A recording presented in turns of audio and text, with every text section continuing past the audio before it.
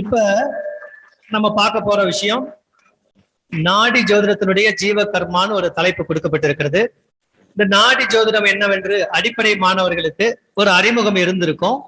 இருந்தாலும் உயர்முனை மாணவர்களுக்கு ஆசிரியர் மூலமாக மேலும் கொஞ்சம் அறிமுகம் இருந்திருக்கும். முதுநிலையில் தான் உங்களுக்கு இந்த நாடி ஜோதிடம்ங்கிற தலைப்பு வரப்போகிறது. இது ஜோதிடத்திற்கு அப்பாற்பட்ட விஷயம் இல்லை. இதுவும் நீங்க தெரிந்து வைத்திருக்கக்கூடிய விஷயம்தான். அடிப்படை மாணவர்களுக்கும் இதுல நிறைய பயனுள்ள சில தகவல்கள் கண்டிப்பாக இருக்கின்றன. இப்ப நம்ம பேச போற தலைப்பு நாடி ஜோதிடத்தினுடைய ஜீவ கர்மா. அதற்கு முன்னால் நாடி ஜோதிடம் என்றால் என்னவென்று தெரிந்து கொள்வோம். தமிழகத்தினுடைய தொன்மையான கலைகளில் நாடி ஜோதிடமும் ஒன்று. தமிழகத்தினுடைய தொன்மையான கலைகள் நமது தஞ்சை கும்பகோணம் வட்டத்தில் பிரசித்தி பெற்ற இந்த கலை இன்று இந்தியா முழுமையும் பரவி நிற்கிறது. வட இந்தியாவிலே பிருகுநந்தி நாடி என்ற பெயரில் இது அற்புதமான பலனளிக்கக்கூடிய சாஸ்திரமாக அவர்களால் கையாளப்பட்டு வருகிறது. இந்த கலையை வளர்வதற்கு நமக்கு முன்னாடி இருக்கிற குருநாதர்கள் ஏராளமாக அருள் புரிந்திருக்கிறாங்க.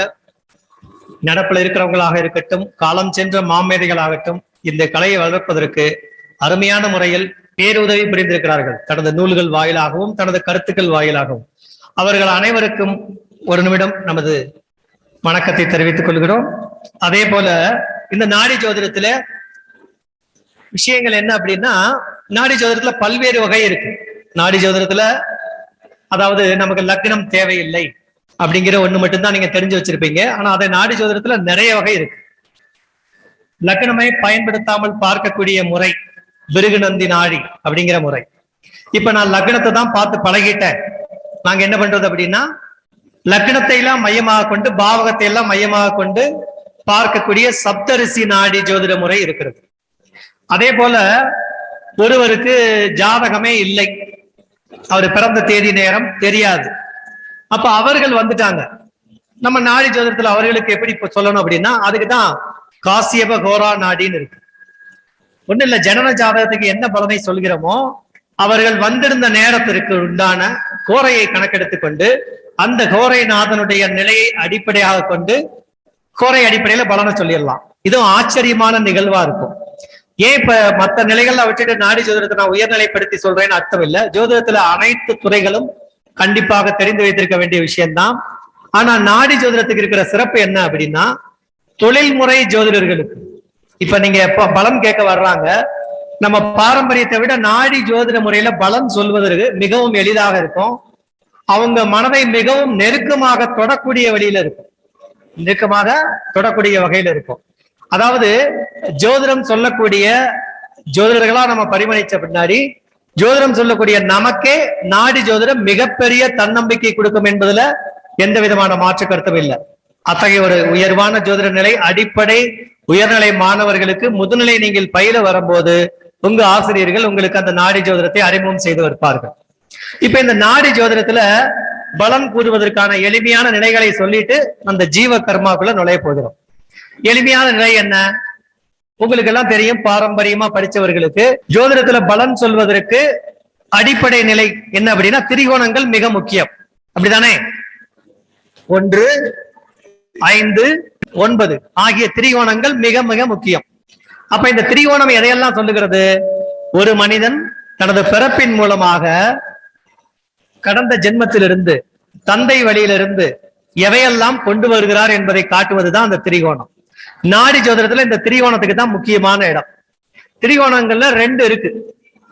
ஒண்ணு லக்ன திரிகோணம், இன்னொன்று 7ஆம் இட திரிகோணம்.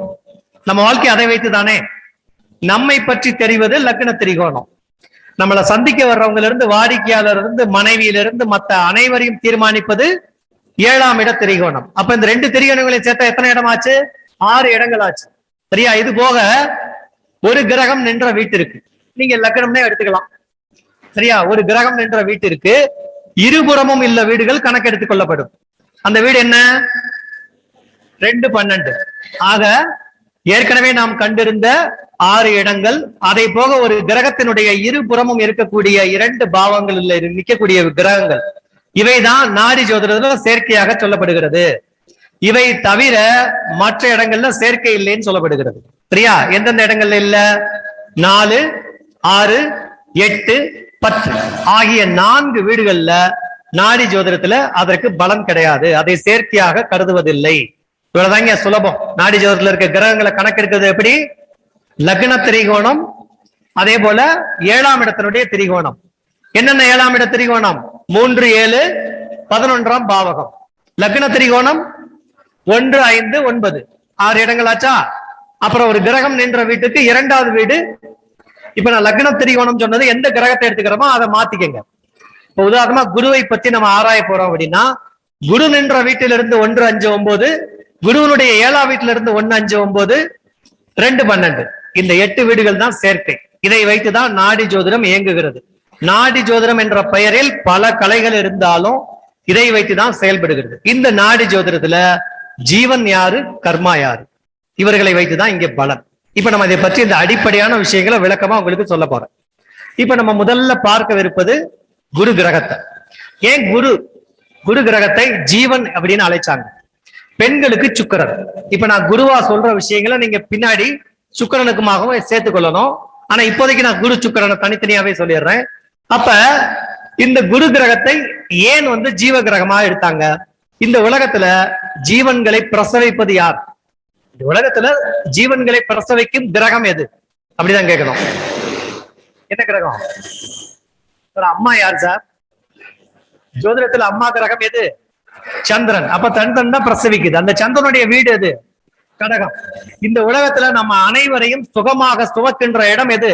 தாய் வீடு. அதான் 4ஆம் இடம், கடக ராசி. இப்படிதானே? அதுதான் சந்திரனுக்கு அந்த வீட்டை கொடுத்தாங்க.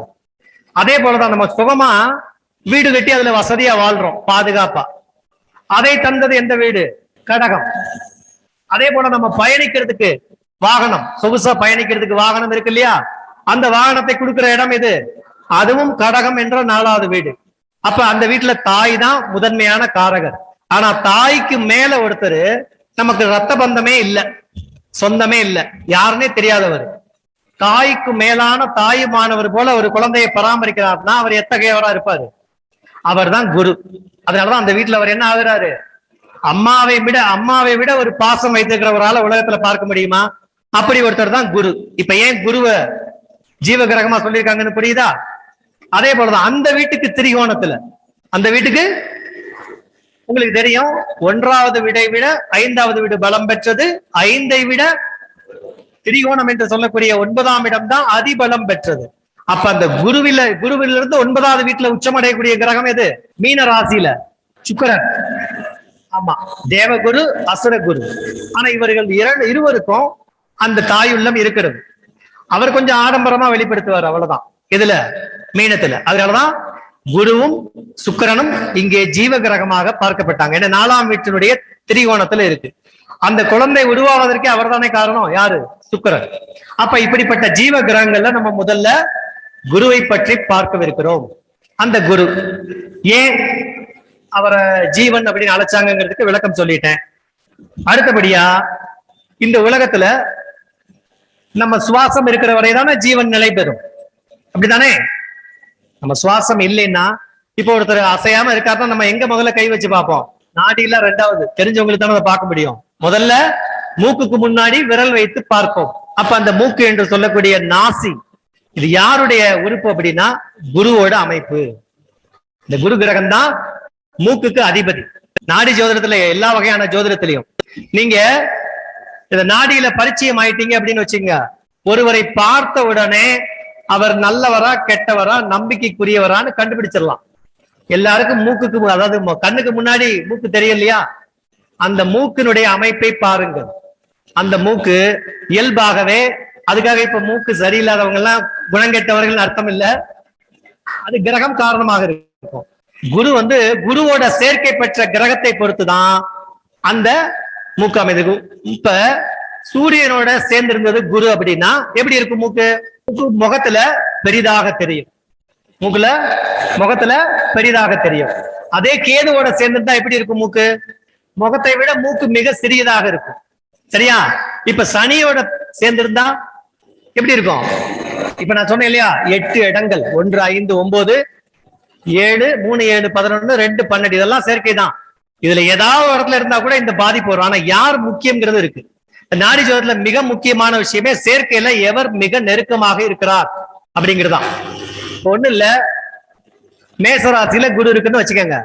மேசராசியிலேயும் அதனுடைய 2 பாகையில ஒரு கிரகம் இருந்தா அதுதான் அதிமுக்கியமான கிரகம். இப்போ ஒரே நேரத்துல எல்லா கிரகமும் சேர்ந்திருக்கும். அப்ப இவருக்கு மூக்கு சின்னதா இருக்கும், சூரியன் கூட சேர்ந்ததுனால பெருசா இருக்கும்.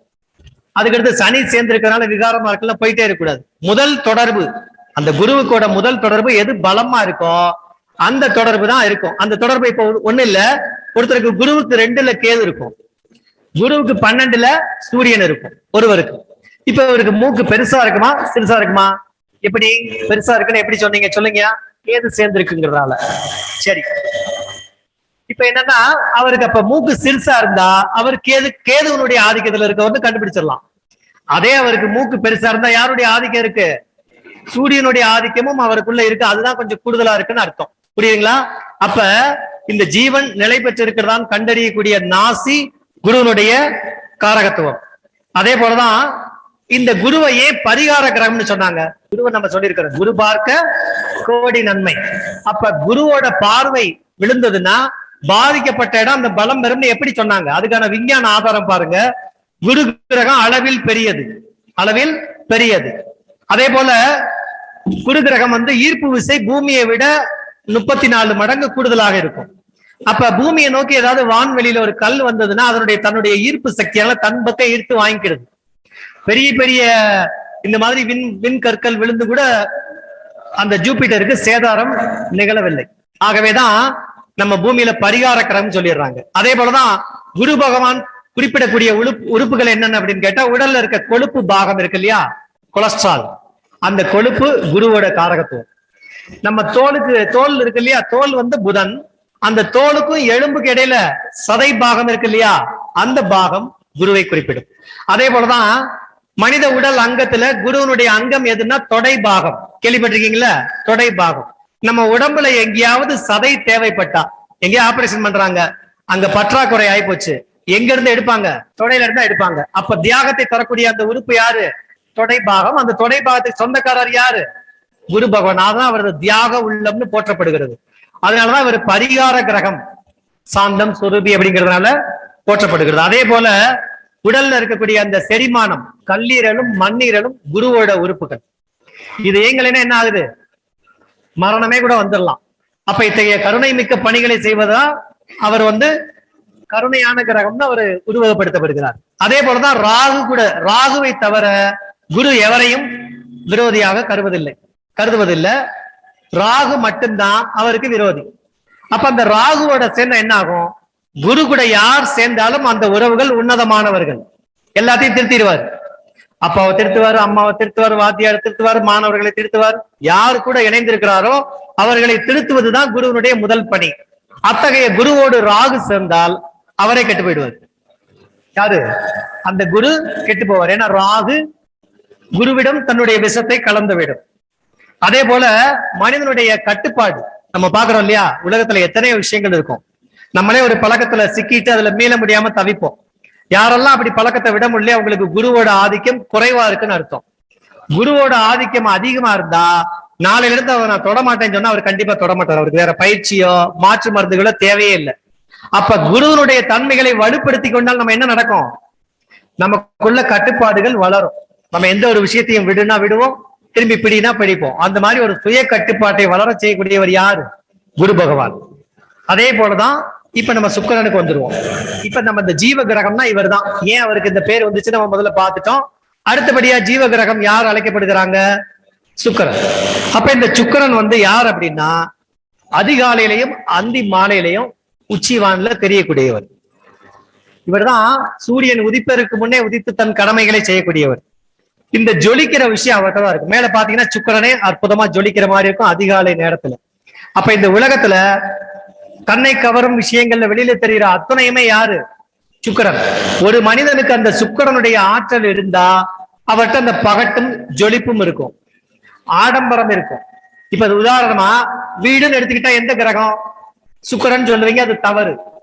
எந்த கிரகம்? வீடுனா சந்திரன். ஆனா அது வெறும் வீடுன்னா குடிசையா கூட இருக்கலாம். அதுலயே ஆடம்பரம் சேரும் போதுதான் அது என்னவாகுது? சுக்கிரன் ஆகுது. அப்ப நீங்க வீட்டுக்கு சுக்கிரனை பார்க்க கூடாது எல்லாத்துக்கும். அதுவே ஏழ்மை நிலையில சாதாரணமா இருந்தா அதுக்கு பேர் சந்திரன். அதுலயே ஆடம்பரம் சேர்ந்தா அதுக்கு பேரு சுக்கிரன். அதே போலதான் வாகனம், சாதாரணமான ஒரு வாகனம் பயணத்தை செய்யக்கூடிய சந்திரனுக்குரியது. அதுவே சுக்கிரனோட அவருக்கு சந்திரன் சேர்ந்து இருந்ததுன்னா அது ஆடம்பர வாகனமா மாறிடும். சரியா? அதே போலதான் வீட்டுல பெண்களுடைய ஆதிக்கம் மிகுந்தது எந்த இடம்? சமையல் அறை. அப்படித்தானே? இந்த சமையல் அறை தான் சுக்கிரனுக்கு சொந்தமான இடம். அதனாலதான் பெண்கள் இந்த திருமணத்துக்கு தயாராகும் ருது நிகழ்வு அப்படிங்கறது என்ன சொன்னாங்க? சமைவது அப்படின்னு சொன்னாங்க. சொல்லுவாங்க இல்லையா, சமைச்சிட்டாங்க சமைவதுன்னு.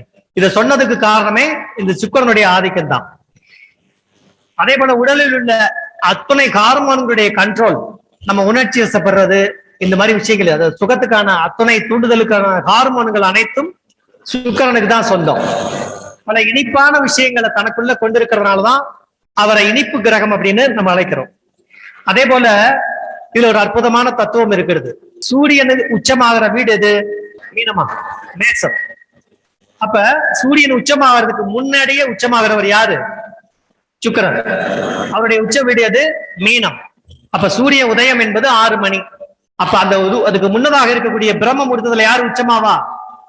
ஆமா. இப்ப கணவன் மனைவிக்கு யாருக்கெல்லாம் பிரிவு இருக்கிறதோ அல்லது நீண்ட நாட்களாக குழந்தை பாக்கியம் தடைபட்டு வந்திருக்கிறதோ அவர்கள் எல்லாம் அந்த இறையாற்றலை வேண்டி வணங்கிட்டு அதிகாலை அந்த பிரம்ம முகூர்த்தத்துல தாம்பத்தியம் வச்சுக்கிட்டாங்க அப்படின்னா அவங்களுக்குள்ள அந்நியோன்யம் வளரும் முதல் படியாக. இரண்டாவதாக குழந்தை பிறப்பு சீக்கிரமா இருக்கும். அது மட்டுமல்ல, அந்த பிரம்ம முகூர்த்தத்துல உற்பத்தியான குழந்தை இருக்கு பாத்தீங்களா, அது சத்புத்திரனாக இருக்கும். எந்த குழந்தையும் அந்த குழந்தை அறிவிலும் ஆற்றலும் சிறந்து விளங்குவதாக, பொது நாகரிகத்தில் உயர்வான ஒரு குழந்தையாக கிடைக்கும். சரியா? இப்ப அந்த அதிகாலை தாம்பத்தியத்தை உருவாக்குறதுக்கு தான் இந்த சுக்கிரனுடைய உச்சப்பவரை நம்ம பயன்படுத்துறோம். அதே போல சுக்கிரன் ஆதிக்கம் இருக்கிறவர்களை எளிதில் அடையாளம் கண்டு விடலாமா? ஆடம்பரமா இருக்கிறது மட்டும் இல்ல, ஒருவருடைய கண்ணம் இயல்புக்கு மீறி சற்று பூரிப்பாக இருந்தால் அவர்களுக்கு சுக்கிர ஆதிக்கம் அதிகம் இருக்குன்னு அர்த்தம். அப்ப கண்ணம் வத்தி போய் வறிய நிலையில இருக்கிறவங்க சுக்கிர ஆதிக்கம் குறைவா இருக்குன்னு அர்த்தம். சரியா? இதை வைத்து ஒருத்தரை கண்டுபிடிச்சிடலாம். அதே போலதான் நான் குருவை சொல்லும் போது மூக்கு அடையாளமாக சொன்னேன். ஒருவருடைய மூக்கு அதுல ஏதாவது காயமோ அல்லது லேசாக வளைவாகவோ இருந்தா பாருங்க, உங்க ஜாதகத்துல ஒரு மச்சம் தழும்பு ஏதோ ஒரு விகாரம் இருந்துச்சுன்னா குரு வக்கரமா இருப்பாரு. சரியா? அப்ப அந்த மூக்கினுடைய நிலையை வைத்து ஒருவருடைய சுய கட்டுப்பாடு, பெருந்தன்மையான குணம், அவர் நல்லவரா நம்பகத்தன்மைக்கு உரியவராங்கிறத நம்ம பார்த்துடலாம். அதே போலதான் குரு அப்படின்னா அன்பு. அதே அன்பு சுக்கிரன்ல இருக்கு, ஆனா அது கொஞ்சம் ஆசையுடன் சுயநலத்துடன் கூடிய அன்பா இருக்கும். ஏன்? இவர் தேவகுரு, அவர் அசுரகுரு. அப்ப ஆண்களுக்கு குருவும் பெண்களுக்கு சுக்கிரனும் நாடி ஜோதிடத்துல ஜீவகிரகமாக நிர்ணயிக்கப்பட்டது எதனாலதான். இப்ப இந்த குரு கிரகம், இந்த கிரகத்தை வச்சு நம்ம என்னெல்லாம் செய்வது அப்படின்னு பார்ப்போம். முதல்ல இந்த குரு சூரியனோட சேர்ந்தா எப்படி இருக்கும்? சூரியனோட சேர்க்கை என்பது 2, 12 இருக்கலாம், 1, 5, 9 இருக்கலாம், 3, 7, 11 இருக்கலாம். சூரியனோட குரு தொடர்பு பெறவில்லை என்றால் 4, 6, 8, 10. குருவுக்கு சூரியன் 4, 6, 8, 10 இருந்தா தொடர்பு இல்லை. எனக்கு அநேக இடங்கள் தொடர்பு இல்லை. அதுல ரொம்ப நெருக்கமா ஒரே வீட்டுல இருந்தா. இப்ப குருவை பார்த்தா நம்ம என்ன செய்வோம்? உங்களுக்கு கத்துக் கொடுத்த உங்க ஆசிரியரை பார்த்தா என்ன செய்வீங்க? வணங்குவீங்க. வணங்குவது என்பது என்ன? ஒரு மரியாதை. அப்ப சூரியன் கூட குரு சேர்ந்தா மரியாதை யாருக்கு கிடைக்கும்? சூரியன் யாரு? அப்பா. சொல்லலாம் இல்லையா? அப்ப அப்பா வணங்கத்தக்கவராக இருப்பார், நற்குணமுடையவராக இருப்பார். சொல்லலாமா? இப்ப பையன் யாருன்னா அந்த ஜாதகம், இவரை நம்ம எடுக்க போறோம். சூரியன் கூட குரு சேர்ந்து இருக்கு. அப்ப பையன் எப்படி இருப்பாரு? இப்ப இங்க குருவை விட்டுறணும், அவர் தானே பையன். கூட இருக்கிறது யாரு? சூரியன். அப்ப அவர் ரொம்ப நேர்மையா இருப்பாரு, கொடுத்த வாக்கை காப்பாத்துவாரு. சரியா? தலைமை பண்பு இருக்கும், கொஞ்சம் சுய மரியாதை இருக்கும். இதெல்லாம் சூரியனுடைய குணம். கொஞ்சம் ஆதிக்க சுபாவம் இருக்கும், நான் சொன்னா நடக்கணுங்கிற நிலை இருக்கும். சரியா? அப்ப இந்த குணங்கள் அப்படி உருவாக்குவார். அதே போல சூரியனோட சந்திரன் சேர்ந்தா குருவுடன் சந்திரன் சேர்ந்தா என்ன செய்யும்? அப்ப யார் வணங்கத்தக்கவங்களா இருப்பாங்க? யாருக்கு தாய் உள்ளம் அதிகமாக இருக்கும்? அம்மாவுக்கு. சந்திரன் கூட குரு சேர்ந்திருக்கு இல்லையா? அப்ப குருவோட தன்மைகள் அனைத்தும் யார் பெற்றிருப்பாங்க? அம்மா பெற்றிருப்பாங்க. பையன் சந்திரனுடைய தன்மை எல்லாம் பார்த்திருப்பாரு. இப்ப குருவோட சந்திரன் இருந்தா குரு சந்திர யோகம்னு பார்த்திருப்போம். யாருக்கெல்லாம் குரு சந்திரன் சேர்ந்திருக்கு? இருக்கு. இப்ப கையை தூக்குன ஒரு 7-8 பேரு, நீங்க எல்லாம் ஒரு பிரச்சனை வந்தோடனே கதவை பூட்டிட்டு அழுதுருவீங்க. உண்மையா? உண்மையா இல்லையா? ஒரு என்ன காரணம் அப்படின்னா, சந்திரன் யாரு? தாய் கிரகம். தாயினுடைய பலம் என்ன, பலவீனம் என்ன? கண்ணீர் தான். அப்ப ஒரு ஆண் குருச்சந்திரன் சேர்க்கை பெற்றால் நிச்சயமாக தனது துன்பம் தாழாமல் அழுதுருவார். இவர் அவருக்காகத்தான் இல்ல, ரோட்ல ஒரு விபத்தை பார்த்தா கூட கண்ணீர் வந்துடும். உண்மையா? உண்மைங்கிறவங்க கை தூக்குங்க. மீண்டும் ஆமா, 3 பேர் கையை இறக்கிட்டீங்க. சரி, அப்ப அந்த குருவோட சந்திரன் சேர்ந்தா என்னவாகுது? ஜாதகருக்கு இந்த ஒரு மென்மையான குணம் வந்துடுது. அதே போல முடிவெடுக்கிறதுல நிறைய குழப்பம் வரும். ஏன்? ஜாதகருக்கு சந்திரன் யாரு? முடிவெடுக்கிறதுல குழம்புபவர். நிலையற்ற ஒரு மனம் இருக்கும், கன்ஃபியூஸ் ஆகும், சொல்றவங்க வார்த்தையெல்லாம் கேட்பார் இல்லையா? அதுக்கப்புறம் குருவோட செவ்வாய் சேர்ந்திருக்கு. அப்ப இங்க வணங்கத்தக்கவர் யாரு? செவ்வாய் யார சொல்லும்? சகோதரனை சொல்லும். மற்றொரு புறம் செவ்வாய் கணவரை சொல்லு இல்லையா? அப்ப இந்த கணவரை சொல்லக்கூடிய செவ்வாய், அப்ப அந்த கணவரோ அல்லது சகோதரனோ வணங்கத்தக்கக்கூடிய உயர் குணமுடையவர்கள் அர்த்தம். உங்க பொண்ணுகளுக்கெல்லாம் வரன் பார்க்கும் போது குரு செவ்வாய் சேர்ந்திருந்தா எடுக்கக்கூடாது. உங்க பொண்ணு ஜாதகத்துல குரு செவ்வாய் இருக்கணும். இருந்தா தான் குரு மாதிரி ஒரு மாப்பிள்ளை வருவார்னு அர்த்தம் பெண்கள் ஜாதகத்துல. அதே போல சகோதரனுக்கு அதே நிலைமையில ஜாதகர் செவ்வாய்க்கு என்ன குணம் இருக்கும்? எந்த வார்த்தையும் காதுல வாங்கிக்கிற மாட்டாங்க, உடனே அவசரப்படுவாங்க. ஆத்திரம் தான் முதலில் வரும், அதற்கப்புறம் தான் யோசனை வரும். செயல் வேகம் இருக்கும், திறமை இருக்கும். 200 கிலோமீட்டர் வேகத்துல ஓட்டணும், அது போய் கிராம சாலையில ஓட்ட முடியுமா? முடியாது. அது அவங்களுக்கு தெரியாது எங்க ஸ்டார்ட் பண்ணாலும். அப்ப அந்த ஜாதகர் அதிவேகக்காரராகவும் ஆத்திரக்காரராகவும் கொஞ்சம் கோப இயல்பு உடையவர்கள். பாசமானாலும் வேகமா காட்டுவாங்க, மனைவி மேல இருக்க பிரியத்தையும் வேகமா காட்டுவாங்க. அதே போல வார்த்தை கட்டுப்பாடு இருக்காது, கோபம் வந்தா எதையும் பேசுவாங்க. அதுக்கப்புறம் குருவோட செவ்வாய்க்கு அப்புறம் புதன் சேர்ந்தா, யாருக்கெல்லாம் சேர்ந்திருக்கு குருவோட புதன்? உங்களுக்கெல்லாம் அலர்ஜி இருக்கா? ஸ்கின் தோல் உபாதை இருக்கா? அத்தனை பேருக்கு இருக்கு. சரியா? என்ன காரணம்? இந்த தோல், அதுக்கு அடியில் இருக்க கொழுப்பு. இவர்கள் 2 பேரும் அறிவு கிரகம். யாரு? புதனும். ஆமா, அதுக்கு ஒரு கதை இருக்கு.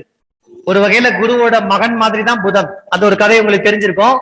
இப்ப இந்த 2 கிரகமும் எங்க சேர்ந்தாலும் அவர்களுக்கு தோல் உபாதை வரும். இந்த கிரகம் சேர்ந்தா கொஞ்சம் தள்ளி இருந்து வேற கிரகங்கள் இடையில இருந்தா தப்பிப்பீங்க. இல்லைன்னா கோச்சாரத்துல அப்படி வரும்போது கூட தோல் அலர்ஜி, ஒவ்வாமை, அது டஸ்ட் அலர்ஜியா இருக்கலாம், இல்ல ஸ்கின் அலர்ஜியாக இருக்கலாம். ஆனா இந்த குரு புதன் சேர்ந்தவர்கள் பிறவி அறிவாளின்னு அர்த்தம். இந்த உலகத்துல குரு தர்ற ஒரு அறிவாற்றல் இருக்கு, புதன் தரக்கூடிய ஒரு அறிவாற்றல் இருக்கு. இந்த குரு தர்ற அறிவாற்றல் என்னன்னு கேட்டா, ஒருவர் பிறப்பிலேயே கற்றுக்கொள்ளக்கூடிய ஆற்றலோடு இருப்பதுதான் குரு தருவது. இந்த புதன் தரக்கூடிய அறிவாற்றல் என்பது கற்பதனால் வரக்கூடியது.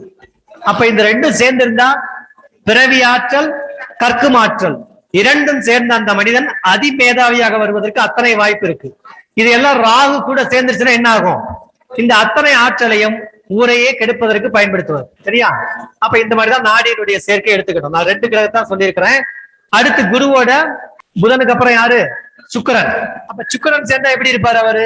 இப்ப யாரு இங்க வணங்கத்தக்கவங்களா இருப்பாங்க? ஒரு ஆண் ஜாதகத்துல மனைவி. சுக்கிரனோட குரு சேர்ந்தா மனைவி வணங்கத்தக்கக்கூடிய அனைத்து குணங்களும் உடையவர்களாக இருப்பாங்க. இந்த ஜாதகர் எப்படி இருப்பாரு? ஆடம்பரம், படோடோபம், சரியா? வசதியான வாழ்க்கை, எதை லக்ஸுரிஸ விரும்புவார். இப்ப இங்க ஒசூர்ல பட்டமளிப்பு விழா, அவருக்கு 3 டயர் ஏசில சீட் இல்லைன்னா பட்டமளிப்பு விழா கேன்சர். யாரு? அவருடைய சொகுசுக்கு முக்கியத்துவம் கொடுப்பாரு. அப்ப சுக்கிரனுடைய, அப்ப மனைவி உயர்தரமான நல்லெண்ணம் உடையவர்களாக இருப்பாங்க. அதே போல குருவோட சனி சேர்ந்தா, சனி சேர்க்கை நாடி ஜோதிடத்தில் மிக உயர்வானாக கருதப்படுகிறது. ஏன்? சனி என்பது கர்மான்னு அடுத்து நான் பேச போறேன். அப்போ ஒரு மனிதனுடைய செயல்திறனை தீர்மானிப்பது கர்மா. அது கூட ஜீவன் சேர்ந்தா, நீங்க பாரம்பரியத்திலேயே வெளியிடத்திலேயே பிரம்மகத்தி தோஷம்னு கேள்விப்பட்டிருப்பீங்க. அதெல்லாம் உண்மை இல்லை. நாடி ஜோதிடத்துல குரு சனி சேர்ந்தவங்க சுயமாக முடிவெடுக்க தெரிந்தவர்கள். அதே போல தான் என்ன நினைக்கிறாங்களோ அதைத்தான் செய்வாங்க. அவங்க என்ன செய்யறாங்களோ அதைத்தான் நினைச்சிருப்பாங்க. இதுதான் குரு சனி. இது மிகப்பெரிய யோகம்லாம் இல்ல, பெரிய பதவி வந்தாலும் போக மாட்டாங்க சில சமயம். ஆனா சனியினுடைய பலவீனங்கள் யார்கிட்ட இருக்கும்? ஜாதகத்தை இருக்கும். உதாரணமா குரு சனி சேர்ந்துடுது. அப்ப குரு சனி சேர்ந்தா நம்ம தான் அவர் நினைச்சதை செய்வாங்க, செய்யறத நினைப்பாங்கன்னு சொல்லிட்டேமே, அவர் நல்லவர்களா இல்ல. சனியினுடைய அத்தனை பால்ட் அவர்கிட்ட இருக்கும். சனியினுடைய குறை என்ன? சோம்பேறித்தனம், அலட்சியம், சரியா? கொஞ்சம் லஜ்ஜையின்றி இருப்பது. யாராவது ஒருத்தர் திட்டினா கூட இந்த காதுல வாங்கிட்டு அந்த காதுல போட்டு போயிடுறது, அப்படியே மறந்துடுறது. இந்த மாதிரி குணங்கள்லாம் இருக்கும். அப்ப அத்துணை குணங்களும் ஜாதகர்கிட்ட இருக்கும். ஆனா அதே சமய அவருடைய செயல் என்ன? கர்மா. செயல் என்ன? இந்த உலகத்துல ஒருத்தர் எப்படி வேலை பார்ப்பாரு? எப்படி வேலைன்னா, நீங்க பாக்குற ஜாப் சொல்லல, உங்களுடைய பணியை சொல்லவில்லை, உங்களுடைய செயல் நடவடிக்கை. நீங்க ஒரு பேப்பரை கொண்டு போய் ஒரு இடத்துல வைக்கிறீங்க, ஒரு நோட்டை தூக்கி ஒரு டேபிள்ல வைக்கிறீங்க, உங்க ஹோம்ஒர்க் எல்லாம் முடிச்ச ஒரு இடத்துல வைக்கிறீங்க அப்படின்னா, நீங்க எப்படி வைக்கிறீங்கிறத தீர்மானிக்கிறது யாரு? சனி பகவான் தான் தீர்மானிப்பார். அதனாலதான் அவர் கர்மக்காரகர் அப்படின்னு அழைக்கப்பட்டார். கர்மம் என்றால் நம்ம முன் செய்த கர்மமோ இப்ப செய்யற கர்மம்லாம் கணக்கு இல்ல. உங்களுடைய நடை உடை பாவனை அத்தனையும் தீர்மானிக்கக்கூடிய ஆற்றல் யார்கிட்ட இருக்கு? சனி பகவான் இருக்கு. அந்த சனி பகவானுடைய ஆற்றல் தான் கர்மம். அந்த பொறுப்பை அவரிடம் வழங்கி இருக்கிறார்கள். அப்ப ஒருவருக்கு குருவோட சனி சேர்ந்தா, சனி இருக்கார் இல்லையா, அவருடைய செயல் எப்படி இருக்கும்? இப்ப பாருங்க, கூட யார் இருக்கா? சனியோட. அப்ப அவருடைய செயல்கள் அனைத்திலும் ஒரு கருணைத்தன்மை இருக்கும், ஒரு இரக்கமுடைய தன்மையாக இருக்கும், அனைவருக்கும் விட்டு கொடுக்கிறவரா இருப்பாரு, மிகப்பெரிய ஒரு குருநாதர் போல செயல்படுவார். யாரு? அவருடைய செயல். ஆனா ஜாதகருடைய யார் சேர்ந்திருக்கா? குருவோட சனி சேர்ந்திருக்கு. அப்ப அவர் சோம்பலா இருப்பார், மந்தமா இருப்பார். அவருக்குள்ள மட்டும் அதெல்லாம் வச்சுக்கிட்டு அடுத்தவங்களுக்கு மிகச்சிறப்பானதை கொடுப்பார். பாத்தீங்களா? சனி குரு சேர்க்கையில இந்த பலன். இதுதான் இந்த கிரகம். அதுக்கடுத்து ராகு. நான் ஏற்கனவே சொல்லிட்டேன், குரு எத்துணை பேருடன் சேர்ந்திருந்தாலும் அவர்கள் எல்லாம் திருத்திடுவாரு. ஆனா ராகுவோட சேர்ந்தால் அவரே கெட்டு போவார். சரியா? இதுக்கு ஒரு விளக்கம் இருக்கு. குரு ராகுவோட சேர்ந்து அப்ப பிரபலமானவங்க இல்லையான்னு கேட்டா, அற்புதமான உதாரணம் அதாவது நமது ஆன்மீக ஜோதி இந்தியாவுடைய யாரு? சுவாமி விவேகானந்தர். அவர் இதுக்கு ஒரு அற்புதமான உதாரணம். அவருடைய ஜாதகத்துல குருவும் ராகுவும் சேர்ந்து இருக்கும். அவரு தனது கர்மத்தால் அதனை உடைத்தார். ஏன்னு பாத்தீங்கன்னா, குருவோட ராகு இருக்கு, சனியோட கேது இருக்கு. அவர் எந்த வழியை தேர்ந்தெடுத்தாரு? கேதுவோட வழியை தேர்ந்தெடுத்தாரு. அதனால என்ன ஆயிடுச்சு? கர்மம். சனிதான் அவருக்கு, அதனாலதான் அவருக்கு கர்ம யோகின்னு அழைக்கப்பட்டார். எவ்வளவு ஆச்சரியம் பாத்தீங்களா? ஆக்சுவலா அவருக்கு துலாம் ராசியில குரு, ராகு அங்கே கூட.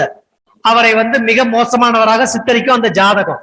ஆனால் தனது 14வது வயதுல தனது விருப்பத்தை விட்டு கர்மத்தை பற்றி கொண்டார். இப்ப புரியுதுங்களா? யாருக்காவது இங்க குரு ராகு சேர்ந்திருந்தா அந்த சேர்க்கையை விட்டுட்டு சனியோட எந்த கிரகம் சேர்ந்திருக்கிறதோ அந்த கிரகத்தை மேற்கொண்டால் நீங்களும் கர்மயோகி ஆகலாம். இப்ப சரியில்லைன்னா அதுக்காக வருத்தப்பட்டு மூலையில உட்காரலாம் இல்ல. சரியா? அப்ப இந்த ஜாதகத்துல இப்படி எல்லாம் இருக்கு.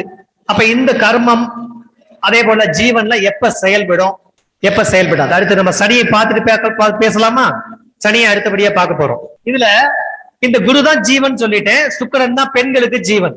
அப்ப இந்த ரெண்டு கிரகமும் எந்த இடத்துல உட்கார்ந்து இருக்கோ அதை பொறுத்துதான் ஒருத்தருடைய குணம் பிறவியிலிருந்து அமையும். சரியா? இதுல மேசராசியில குரு இருக்கிறாங்க அல்லது சுக்கிரன் இருக்கிறாங்க. பெண்களாக இருந்தால் சுக்கிரன். ஆண்களுக்கும் பார்க்கலாம். அந்த சுக்கிரனை மனைவியாக பாவித்துக் கொண்டு ஜாதகத்தை. இப்ப நம்ம முதல்ல குணத்தை எடுக்கணும். நம்ம எடுத்த உடனே எத்தனை கிரகம் குருவோட சேர்ந்திருக்குன்னு பாக்குறோம். ஜாதகத்தில் இருக்க 9 கிரகத்துல 6 கிரகம் சேர்ந்திருக்கு. இவருக்கு என்ன குணத்தை சொல்வது? அதுக்கெல்லாம் முன்னாடி ஒரு விஷயம் இருக்கு. என்ன விஷயம் அப்படின்னா, அந்த குரு கிரகம் அல்லது சுக்கிரன், ஆனா குரு, பெண் என்றால் சுக்கிரன், எந்த ராசியில் அமர்ந்திருக்கிறது அப்படின்னு பாருங்க. இது ரொம்ப துல்லியமாக வரும். அப்ப மேச ராசியில உட்கார்ந்துருக்கு. இது என்ன ராசி? ஆண் ராசி. ஆண் ராசிக்கும் பெண் ராசிக்கும் என்னங்க வித்தியாசம்? ஆண் ராசி சரீர பலம் மிகுந்தது, பெண் ராசி சரீர பலம் குறைந்தது. அவ்வளவுதான். பெண்கள்கிட்ட பேச்சு அதிகமா இருக்கும், ஆண்கள்கிட்ட செயல் அதிகமா இருக்கும். இது காரணம் அந்த அமைந்திருக்கிற வீடுகள். ஒண்ணு மேசம், ஒண்ணு விருச்சிகமா இருக்கு இல்லையா? அதை அடிப்படையாக வைத்து அப்ப மேச ராசி. அப்ப மேச ராசியில ஒருத்தர் குரு போய் உட்கார்ந்துட்டான்னு வச்சுங்க, அவருக்கு என்னென்ன குணங்கள் வரும் மற்ற கிரகத்தெல்லாம் பார்க்காமையே? மேசராசி நெருப்பு வீடு சொல்லாமா? அப்ப அவருடைய இயல்பாகவே அவருக்கு கோபம் வருமா வராதா? அப்ப மேசராசியில குரு இருந்தா செவ்வாயினுடைய கேரக்டர்லாம் அவருக்கு வரும். கோபம், வேகம், அவசரம். அடுத்தது சரராசி. இதான் ஒண்ணு சொன்னீங்கன்னா, அடுத்த வாரம் நான் உங்களுக்கு ஒரு புக்கு பிரசன்ட் பண்ணலான்னு இருக்கேன் போன்ல சொல்லியிருப்பீங்க. அன்னைக்கு பேசி போன வைக்கிறது மாதிரி நின்றுவார். எனக்கு அந்த புக்கு உடனே கொடுக்கும். இதான் செவ்வாயினுடைய குணம். அது என்ன? சரராசி. எதுவும் விரைவாக நடக்கணும். ஒருத்தட்ட நிதானமா பண்ணணும்னா மேசராசியில குரு இருக்கிறவங்கிட்ட கொடுக்க கூடாது. செயல் கிரகம் இல்லதான், அவருடைய குணம் அப்படி தூண்டிவிடும். அப்ப மேசராசியில அந்த குணம் வரும். எதை வைத்து சொன்னோம்? சரம், ஸ்திரம், உபயம். அப்புறம் தர்ம கர்ம காம மோட்சம். அதே மாதிரி மேச ராசியில காரியத்தை செய்யும் போது பலனை பத்தி எதிர்பார்க்க மாட்டாங்க. ஆசையிலேன்னு அர்த்தம் இல்ல, பின்னாடி நடக்க போறது அவங்களுக்கு தெரியாது, அதனால அவசரப்பட்டு எதையாவது செஞ்சிருவாங்க. அப்ப இது தர்ம கர்ம காம மோட்சத்தை வைத்து. அப்புறம் பாருங்க, அந்த வீடு யாருக்குரிய வீடு? அப்ப அந்த செவ்வாயினுடைய குணம் அந்த ராசிக்கு இருக்கும். செவ்வாய் சேரவே இல்லையங்க, அதெல்லாம் கிடையாது. மேசராசியில குரு இருந்துட்டா செவ்வாயினுடைய குணமும் வரும். அப்புறம் அங்க யார் நீச்சமாவா? சனியினுடைய மோசமான கேரக்டர் ஒண்ணு அவர்கிட்ட இருக்கும். பாத்தீங்களா, குரு இருக்கிறது மேசத்துல. எந்த கிரகம் சேர்ந்திருக்குன்னே நம்ம பார்க்கல. இது சுக்கிரனாவும் எடுத்துக்கலாம், பெண்களா இருந்தா சுக்கிரனா எடுத்துக்கங்க. அப்ப மேச ராசியில குருவோ சுக்கிரனோ இருந்தா அவர்களுடைய குணம் முதலில் நெருப்பு ராசி, இரண்டாவது சரம் ஸ்திரம் உபயம், அதற்கப்புறம் தர்ம கர்ம காம மோட்சம் ஆண் பெண் ராசி, அதற்கப்புறம் ஆட்சி பெறக்கூடிய செவ்வாயினுடைய கேரக்டர் இருக்கும், அதற்கப்புறம் அங்கே நீச்சம் பெறக்கூடிய சனியினுடைய கேரக்டர் இருக்கும் இல்லையா? அப்ப இதெல்லாம் இருக்கும். இதெல்லாம் யூகிச்சுட்டு தான் அடுத்த கிரக சேர்க்கைக்கு போகணும். 6 கிரகம் சேர்ந்திருக்குங்க, அதெல்லாம் முக்கியம் இல்லை. எந்த கிரகம் மிக நெருக்கமாக இருக்கிறதோ அதுதான் முதல் நிகழ்வை தரும். எந்த கிரகம் அவருக்கு நெருக்கமாக இருக்கிறதோ அந்த கிரகம் தான் அவருக்குள்ள பூரணமா நிறைந்து நிற்கும். அது எந்த கிரகம் கண்டுபிடிக்கிறது, சரியா? அந்த கிரகமா மாத்தி. இப்ப குருனா ஜாதகர் குருனா குருவை மறைச்சிட்டு மிச்சம் இருக்கிற அந்த கிரகம் தான் அவருடைய கேரக்டர். அந்த கிரகம் எந்த வீட்டுல இருக்கு, அது எந்த ராசியில இருக்கு, அது நெருப்பா சரமா ஸ்திரமா உபயமா தர்ம கர்மமான்னு பார்த்து அவருடைய கேரக்டரை நிர்ணயிக்க வேண்டும். இப்படி ஒரு முறையில நான் குணத்தை சொல்லி 100க்கு 99.99% மறுத்ததே இல்லை. இப்ப நான் சொன்னக்கூடிய கேரக்டர் இதை வைத்துதான். நீங்க மேசத்துல குரு உச்சமா இருப்பாரு, குரு உச்சமா இருப்பாரு. அப்ப அவருக்கு குரு வக்கரமாக இருந்தாதான் தைரியம் இருக்கும். குரு நேர்கதியில இருந்தாருன்னு வச்சுங்க, தைரியம் சுத்தமா இருக்காது. அது சந்திர வீடுங்கிறது ஒரு பக்கம், வீரம் இருக்கு இல்லையா, வாயில தான் இருக்கும், உள்ள இருக்காது. ஏன்? அங்க யார் நீச்சமாவாங்க? செவ்வாய் நீச்சமாவார். அப்ப அந்த செவ்வாய் நீச்சம் என்பது அங்க தைரியத்தை பலவீனப்படுத்தும். புரியுதுங்களா? அப்ப இந்த குருவையோ சுக்கிரனையோ வைத்து இப்படித்தான் ஒருத்தருடைய கேரக்டரை நம்ம தீர்மானிக்க முடியும். அடுத்து நம்ம சனி பகவானை பார்க்க போகிறோம். இப்ப இந்த ஆயுள்னு ஒரு காரகத்துவம் எல்லா ஜோதிட முறையிலையும் சனி பகவானுக்கு தான் ஒப்படைக்கப்பட்டிருக்கு. சனி ஏன் கர்ம காரகரானான்னு உங்களுக்கு தெரிஞ்சிருச்சு. அதே இந்த ஜோதிட ஸ்தானத்துல மேசம் என்பது முதல் ராசி, 10ஆம் இடம் என்பது மகர ராசி. அந்த வீட்டினுடைய சொந்தக்காரர் யார்? அப்ப லக்னத்துக்கு 10ஆம் அதிபதி. அவர் போய் எங்க உச்சமாவாரு? துலாத்துல. மகரத்துல இருந்து எண்ணுங்க, அது எத்தனாவது வீடு? மகரம் வரைய 10 வீடு. மகரத்துல இருந்து திரும்பி எண்ணுங்க.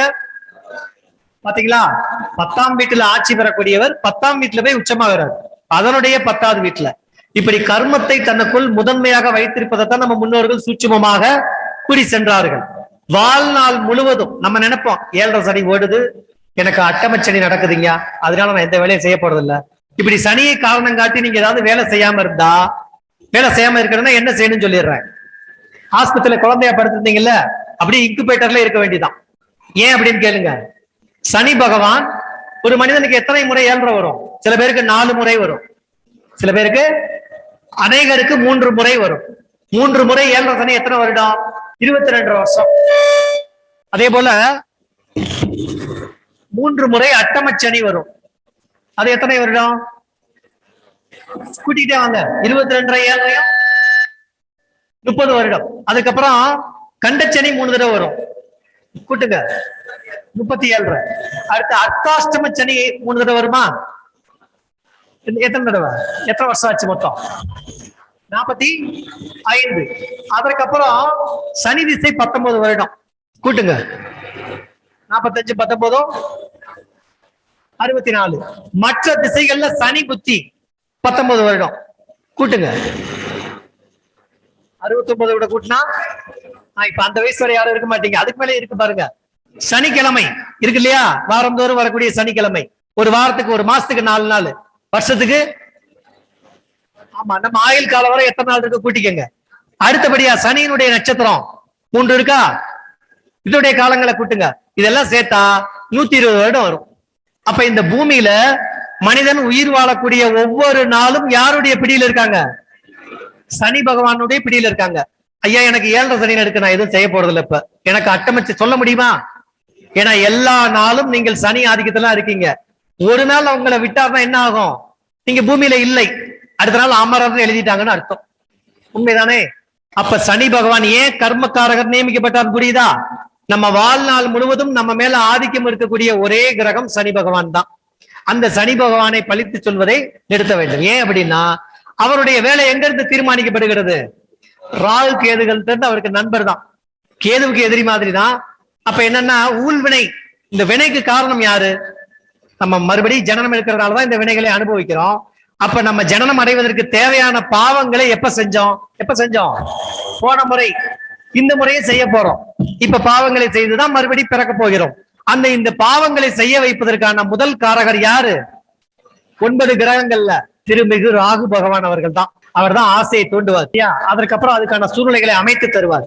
அதனாலதான் ராகு சுக்கனோட சேரும் போது பெரும் மனம் வரும். உழைச்சா வரும், உழைக்காம வரும். அந்த பணத்துல பலருடைய அழுகை கலந்திருக்கும், இருக்கு இல்லையா? அப்ப பாவங்களை செய்ய வைப்பவர் யாரு? ராகு. அதனாலதான் நம்ம மறுபடியும் பிறக்கிறோம். அப்ப அந்த ராகு யாருன்னா சனியினுடைய நெருங்கிய நண்பர். அப்ப இவர் என்னெல்லாம் அனுபவிக்கணும் ராகு தான் லிஸ்ட் போட்டு அனுப்புவார். இதெல்லாம் நான் என் மூலமா பண்ண வச்சிருக்கேன், கேதுவை கூப்பிட்டு இதெல்லாம் ஒப்படைங்க அப்படின்னு. அப்ப இந்த கர்ம அவர் நம்ம செய்த வினைகளை நமது வாழ்நாள்ல பகிர்ந்தளித்து கொடுக்கிறவர் தான் சனி பகவான். சரியா? மறுபடியும் என்ன பாவம் பண்ணணும்னு தீர்மானிக்கிறது அவர் தான். அதனாலதான் அவர் கர்மக்காரகர். ஒருவருடைய நடை உடை பாவனை. ஒருவர் இன்னைக்கு ஒரு தவறு செய்யறாருன்னா அதுக்கும் சனி பகவான் தான் காரணம். ஒருவர் ஒரு சிறப்பு செய்கிறார் என்றால் அதற்கும் சனி பகவான் தான் காரணம். எந்த காரணமோ அந்த காரணத்துக்குரிய கிரகத்துக்கு அவர் அந்த பணியை ஒப்படைப்பார். நீங்க ஊழ்வினையால் உழண்டு தெரிய வேண்டும் என்றால் கேதுவிடம் தன்னுடைய காரகத்துவத்தை ஒப்படைப்பார். இப்படிதான். அப்ப அந்த சனி பகவான் தான் இந்த மனிதனுடைய ஒவ்வொரு நிகழ்வையும் தீர்மானிக்கிறதுனாலதான் அவரு. இப்ப அவரு இந்த சூரியனுடைய பிரகாசம் எல்லா கிரகங்களுக்கும் இருக்கு, ராகுக்கு எது கிரகங்கள் இல்லை. ஆனா சூரியனுடைய பிரகாசத்தை அனுமதிக்காத கிரகம் எது? ஒரு 7 நெருப்பு வளையங்கள், காற்று வளையங்கள் இருக்கும். அதனாலதான் அது பெரும் காற்று கிரகம்னு சனி அழைக்கப்பட்டது. அந்த சூரியனுடைய பிரகாசம் தனக்குள்ள அனுமதிக்காத ஒரே கிரகம் சனி பகவான் தான், சனி கிரகம் தான். ஆகையால் தான் சனி பகவான் எதிர்கட்சி தலைவராக உருவப்படுத்தப்படுகிறார். சூரியனை ஆணையிட்டாலும் கேட்க மாட்டாரு. அதே போல ஒருவருடைய சனி ஆதிக்கம் இருந்தா எளிதா கண்டுபிடிச்சிடலாம். ஒருவர் காலையில 10 மணி 12 மணி வரைய தூங்குறாருன்னு வச்சுங்க, அவருக்கு சனியோட ஆதிக்கம் இருக்கும். 1997 97 இருக்கலாம். சனி நீச்சமாக பிறந்தவர்கள் நிறைய இருப்பாங்க. யாராவது 97 குழந்தைங்க இருக்காங்களா? 97 சனி நீச்சமா உங்களுக்கு குழந்தைகள் இருப்பாங்கல்ல, இருக்காங்களா? யாராருக்கு இருக்காங்க? உங்களுக்கு எல்லாம் சனி நீச்சமானவங்க யாராரு? அப்படிதான் கேட்கணும். ஆமா, உங்களுக்கு அந்த இளமையில அந்த சோம்பல் இருந்ததா? காலைல எழுந்திருக்க முடியாத அவஸ்தை.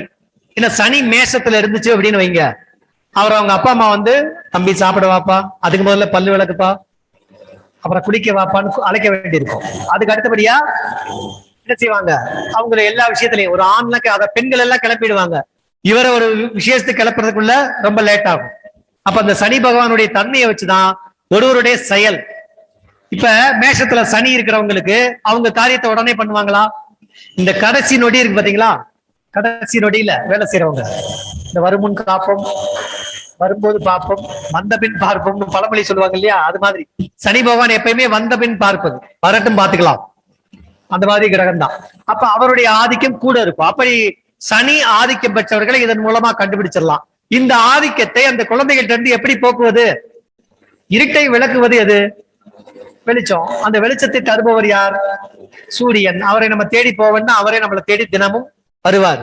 அந்த அந்த சூரியன் உதிக்கிற நேரத்துல ஒரு குழந்தை எழுப்பிட்டாலே போதும், அவர்களுக்குள்ள சனியினுடைய தாக்கம் வெகுமளவு குறைஞ்சிடும். பிரம்ம முகூர்த்தத்துல எழுப்பிட்டீங்கன்னா அவங்களுடைய அந்த இருள் அப்படிங்கிற அறியாமை அகன்று போயிடும். அதே போலதான் இந்த பிருஷ்டம் அப்படின்னு உடம்புல இருட்டா இருக்கக்கூடிய பகுதி, வெளிச்சம் படாத பகுதி பிருஷ்ட பாவகம், அதுவும் சனியினுடைய பாகம்.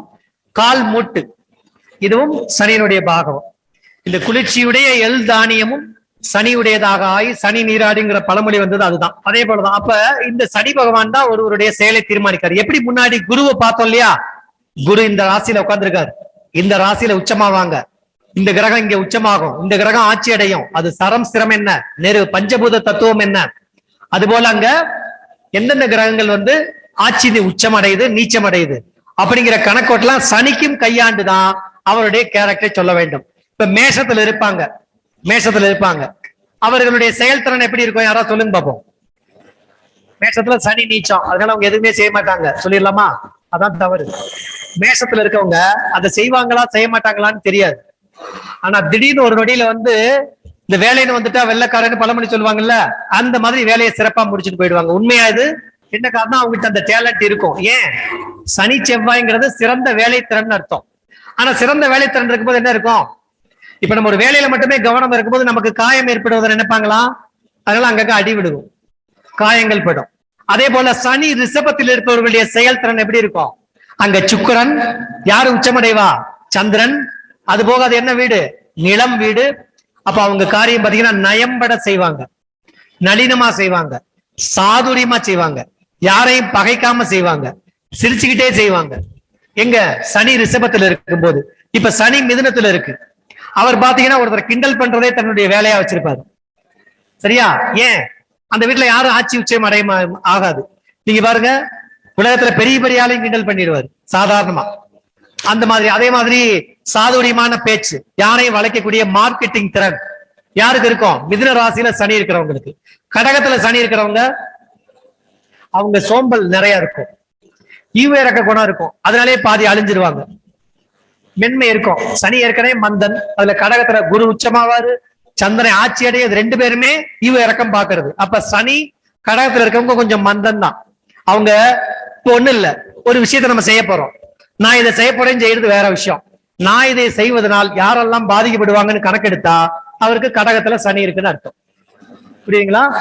எவர் ஒருவரும் காயப்படாமல் என் வேலை செய்யணும் ஏதாவது முடியுமா உலகத்துல? அப்ப சனி இருக்கிறவங்க செயல் திறமை குறைந்தவர்கள். ஏன் இவ்வளவு துல்லியமா சொல்றேன்னா, எனக்கு சனி கடகத்துலதான் இருக்கு. அதுக்கப்புறம் சிம்மத்துல யாரும் உச்சமடைய மாட்டாங்க, ஒரே ஒரு ஆட்சிக்கோள் தான். யாரு? இப்ப நீங்க சனி அங்க பகை, இதெல்லாம் அங்க எடுக்கவே கூடாது. சனியை மறந்துடணும். அவருடைய செயல் எப்படி இருக்கும்? நீங்க பாருங்க, சிம்மத்துல சனி இருக்கு, ஞானம் இருந்தால் பாத்தீங்கன்னா சிறந்த நிர்வாகியா இருக்காரு. அப்படி காரணம் என்னன்னா, அங்க சனியை மறந்துட்டு அங்க முழுக்க சூரியனை தன் செயலா மாத்திடுவாரு. அவர் தான் தலைமை பீடத்துல உட்காருவாரு, ஆட்சி அதிகாரம் இருக்கு. புரியுதுங்களா? அடுத்து கன்னி ராசியில சனி இருந்தா யூச்சிக்கங்க, துலாம் ராசியில இருந்தா, அடுத்து விருச்சிக ராசியில இருந்தா, இப்படி சனியோட கேரக்டர் இதே தன்மை தான். சரம், ஸ்திரம், உபயம், பஞ்சபூத தத்துவம், அது போல தர்ம கர்ம காம மோட்ச ராசிகள், ஆண் பெண் வீடு, அந்த வீட்டிலே ஆட்சி அடைய கோல், நீச்சமடையக்கூடிய கோல், உச்சக்கோல், இந்த மூன்றையும் கணக்கிட்டு சனியை அந்த இடத்துல சனியை மட்டும் மறந்துட்டு இவ எல்லாத்தையும் கூட்டுனீங்க அப்படின்னா ஜாதகருடைய செயல்திறன் தெரியும். இதுல அந்த கிரகத்தோட சேர்ந்திருக்க கிரகம் தான் பெருவிளைவை கொடுக்கும். ஏன்னா அந்த பெருவிளைவை நம்ம ஈஸியா கண்டுபிடிச்சிடலாம். இந்த வழியில கணித்தால் ஒரு மனிதன் நல்லவனா கெட்டவனா, எப்ப நல்லவனாவா, எப்ப எதை செய்வார்னு புரிஞ்சிடும். அதே போலதான் இந்த குரு ஜீவ கிரகம். இந்த குருவனுடைய ஆதிக்கம், சுக்கிரனுடைய ஆதிக்கம் எவ்வளவு நாள், சனியினுடைய ஆதிக்கம் எவ்வளவு நாள்.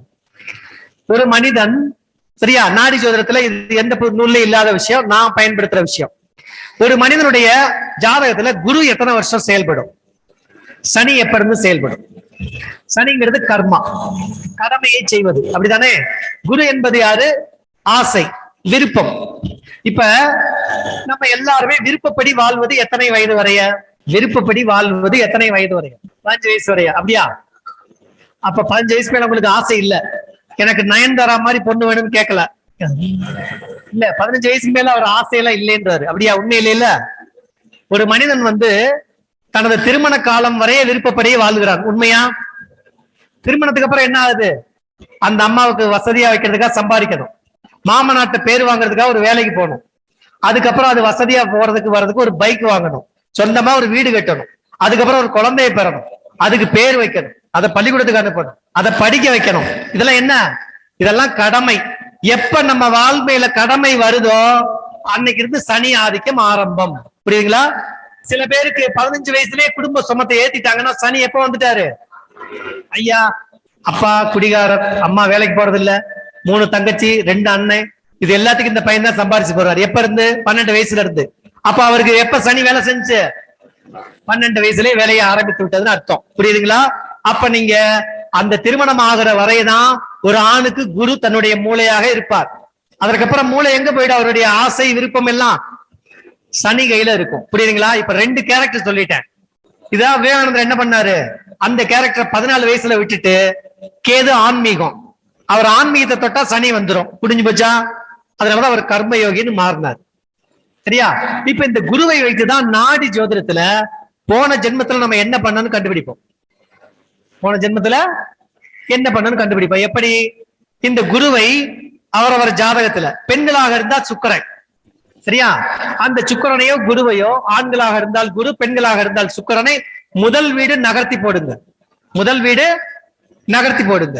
அந்த நகர்த்தி போட்ட பின் வீட்டுல சரம் ஸ்திரம் உபயமா இதே தத்துவம் தான்.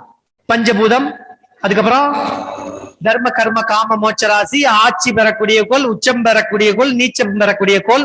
அந்த வீட்டுக்கு 1, 5, 9, 3, 7, 11, 2, 12 இந்த இடத்துல கிரகங்கள் இருந்தா அந்த கிரக சேர்க்கையை கையாண்டு அவர் என்ன பாவம் பண்ணான்னு கண்டுபிடிக்கலாம்.